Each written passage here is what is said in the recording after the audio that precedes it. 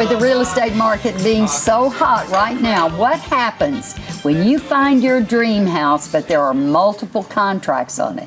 How can you make your offer stand out above the others? Cindy O'Gorman from Ebby Halliday is here to shed light on this.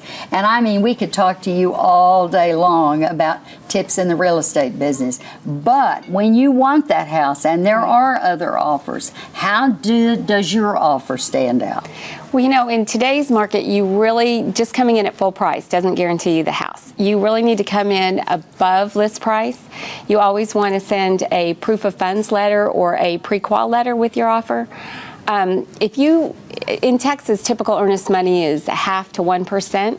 Come in with 2 to 5%. You know, make it serious with your offer. And so, let's say I made an offer on a house and there were multiple offers. Does the realtor tell me that there are multiple offers? Yes, you should always be told. And a lot of times we're going out now and saying, everybody, there's multiple offers. Get your best offer in by 5 o'clock if you want to make any changes to your offer so that everybody's aware that there's more than one offer on the table. And we can trust that they're telling us the truth about that rather than just trying to generate us to make a deal quickly. Right, and you know, that is something that if somebody says that there's multiple offers and there's not, they risk the chance that somebody may pull out. So there's buyers that don't want to get into a multiple offer situation and be forced to pay more than list price. So you risk losing everybody if you do that.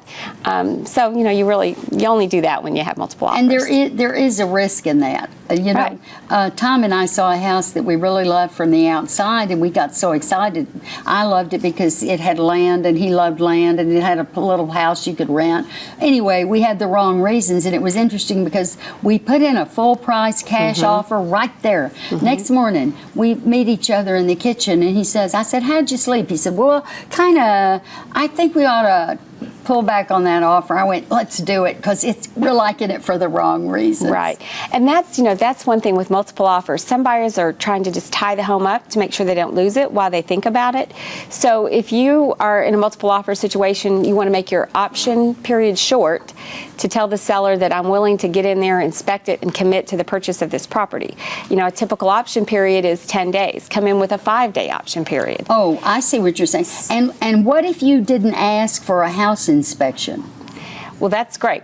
Most people are going to want that they're going to want to get the house inspected and know what they're dealing with. But if you come in without an option period, that's even stronger. It is, isn't it? Yeah. I mean, if you have enough faith in that house and you look at it and the bones look good, that wouldn't be a bad idea. Exactly. Yeah. If it's a fairly new house, I mean, that along with a cash deal, you know, they're going to be factors that a seller looks at when deciding which offer. And then after you've made that offer, should you detach from the outcome? If you lose the house, should you just move on to the next, or what? Should you keep trying, or what? Well, yeah, you know, I think if you don't want to always compare the house that you would have paid an extra $5,000 for to every other house you see, and then you're disappointed with everything else. So, I mean, if it's a couple $1,000s more just to get what you want, pay it. You'll regret it. But there has got to be a point. Everybody has a threshold, and so at some point you're going to have to just say, okay, that's it. I'm not going any higher, and be willing to walk away. That's in any negotiation, isn't it? Exactly. Even if you're trying to get a raise, you have to say, I want it, and if I'm not, I'm quitting, and you have to mean it and quit. Be willing to take the consequences. That's right. Exactly right. You can contact my friend Cindy O'Gorman at CindyO'Gorman.com, or you can reach her at the number you see on the screen. Stay with us. We'll be right back with more of the broadcast.